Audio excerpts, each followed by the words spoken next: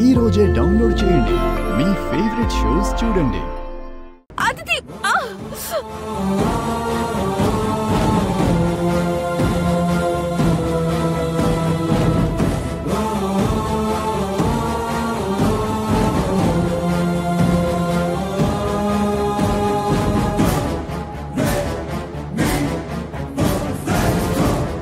అదితి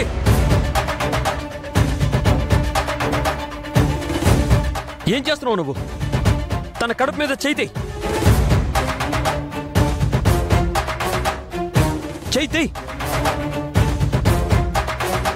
అసలు నువ్వు డాక్టర్వేనా? ఆడపిల్లవేనా? కడుపులో ఉన్న బిడ్డపైన నీ కసాయితనం చూపిస్తున్నావా? ఎవరు కసాయి వాళ్ళు? నువ్వా నేనా? చిన్నప్పటి నుంచి ఆశలు పెట్టి ప్రేమిస్తున్నానని కబుర్లు చెప్పి పెళ్లి చేసుకుంటానని మాట ఇచ్చి పెళ్లి కూతున్నైన నన్ను పీటల మీద బలి పశువుని చేశావే. అది కూడా ఒక్కసారి కాదు, 2 సార్లు.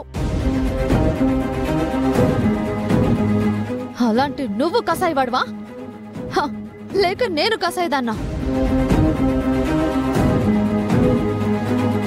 పోస్ట్ మార్టంకి కూడా దొరకకుండా నన్ను మానసికంగా చంపేశావే. నువ్వు కసాయివాడువా నేను కసాయిదాన్నా? నాకు న్యాయం చేసే వరకు తనని ముట్టుకోను అని బామ్మగారికి ప్రమాణం చేసి ఆ మాట తప్పి తను నెల తప్పేలా చేసావే. అసలు నువ్వు మనిషివేనా?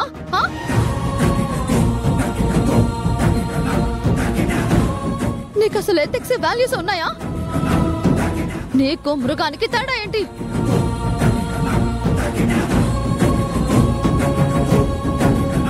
మీరు ఒక కొడుకుని కనలేదు, హంతకుని కన్నారు.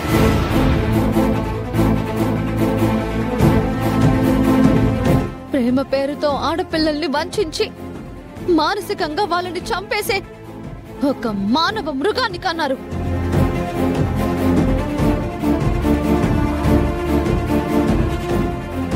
నీలాంటి వాడు మగ జాతికి అవమానం, మనిషి పుట్టక్కే అవమానం. ప్రాణం పోసే డాక్టర్ అవడం వైద్య వృత్తికి అవమానం. అయినా నేనొక్కని అని ఏం లాభం? నువ్వు మాత్రమే నన్ను మోసం చేయలేదు. నువ్వు చేసిన తప్పులు వెనకేసుకొచ్చి ఇదిగో ఈయన మోసం చేశాడు.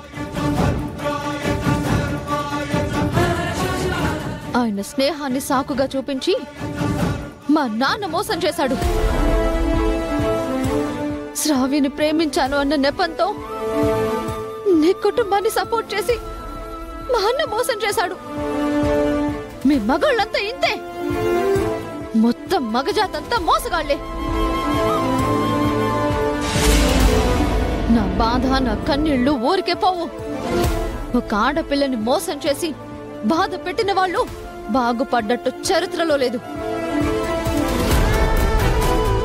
నా ఊసరు నీకు తప్పకుండా తగులుతుంది. ఇప్పుడు నేను అనుభవిస్తున్న శోకం, నరకం మీరు అనుభవిస్తారు.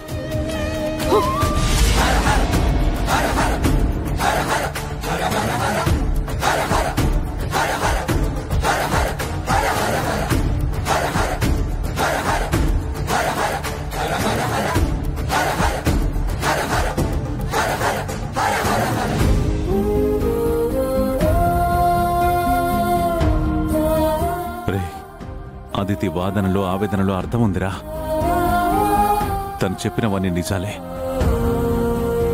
ఆడదాని ఉసురు ఉప్పెన లాంటిదే. ఆడదాని కన్నీళ్లతో సామ్రాజ్యాలే కూలిపోయే. అలాంటిది మన కుటుంబం ఎంతరా? అదితికి మనం న్యాయం చేయాలరా. తన కన్నీళ్లు తుడవాలి. తను మునపటిలా సంతోషంగా ఉండేలా చేయాలి. అప్పుడే మనం మనుషులం అనిపించుకుంటాం.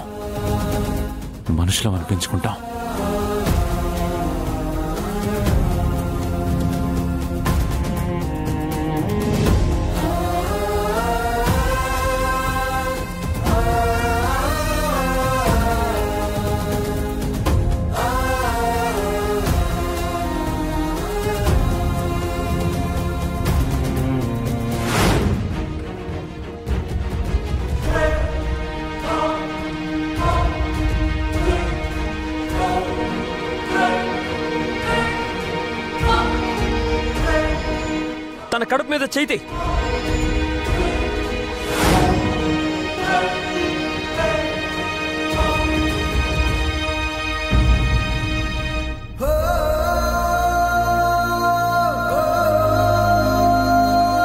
మీ మగాళ్ళంతా ఇంతే. మొత్తం మగజాతంతా మోసగాళ్లే. ఒక ఆడపిల్లని మోసం చేసి బాధ పెట్టిన వాళ్ళు బాగుపడ్డట్టు చరిత్రలో లేదు. నా వల్ల అదితి బాధపడుతుంది. గౌతమ్ గారు మాటలు పడుతున్నారు.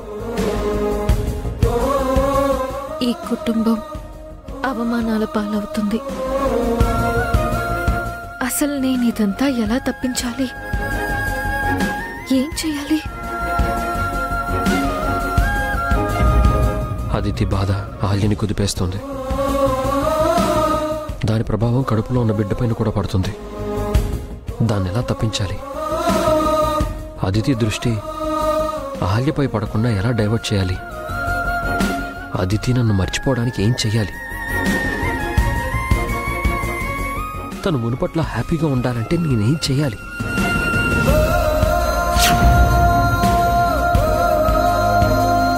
ఏంట్రా అంతగా ఆలోచిస్తున్నావు?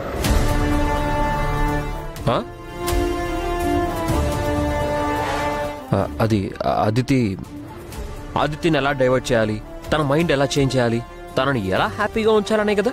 అవును, కానీ ఎంత ఆలోచించినా ఏ సొల్యూషన్ దొరకడం లేదు. రే, సొల్యూషన్ నువ్వేరా? నేనా? నువ్వంటే నీ లైఫ్, నీ పాస్ట్, నీ ప్రెజెంట్.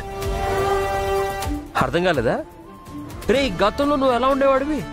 ఏ రెస్పాన్సిబిలిటీ లేకుండా ఫ్రీ బర్డ్ లా హాయిగా ఎంజాయ్ చేస్తూ ఉండేవాడివి. కానీ ఇప్పుడు ఎలా ఉన్నావు? అహల్య పట్ల ఎంతో బాధ్యతగా, చాలా కేరింగ్ గా, చాలా జాగ్రత్తగా ఉంటున్నావు. రే, అహల్యనే నీ ప్రాణం అన్నట్టుగా బతికేస్తున్నావు. ఇప్పుడు నీకు అహల్య గురించి తప్ప ఇంకేది అక్కర్లేదన్నట్టుగా మారిపోయావు. నిజమా కాదా? అవును, అహల్య నన్ను పూర్తిగా మార్చేసింది. నన్ను ఒక బాధ్యత గల మనిషిగా నిలబెట్టింది. అదే పని నువ్వు అదితి విషయంలో కూడా చేయొచ్చు కదా. అదెలా? ఎలా ఏంట్రా? నీ లైఫ్లోకి అహల్య ఒక బంధం రూపంలో ఒక బాధ్యతగా రావడం వల్ల నీ జీవితమే మారిపోయింది. అదితిని మర్చిపోయేలా చేసి అహల్యనే నీ సర్వస్వం అయ్యేలా చేసింది. అలాగే అదితి జీవితానికి కూడా ఒక కొత్త బంధాన్ని, ఇంకా చెప్పాలంటే పెళ్లి బంధాన్ని, ఒక బాధ్యతని తీసుకురావచ్చు కదా. అప్పుడు అదితి కూడా మారిపోతుందేమో. అదితి నన్ను మర్చిపోయి మారిపోదు, అలాగే మరొకరిని పెళ్లి చేసుకుని మారిపోదు. రే, అది నీ అపోహ మాత్రమే.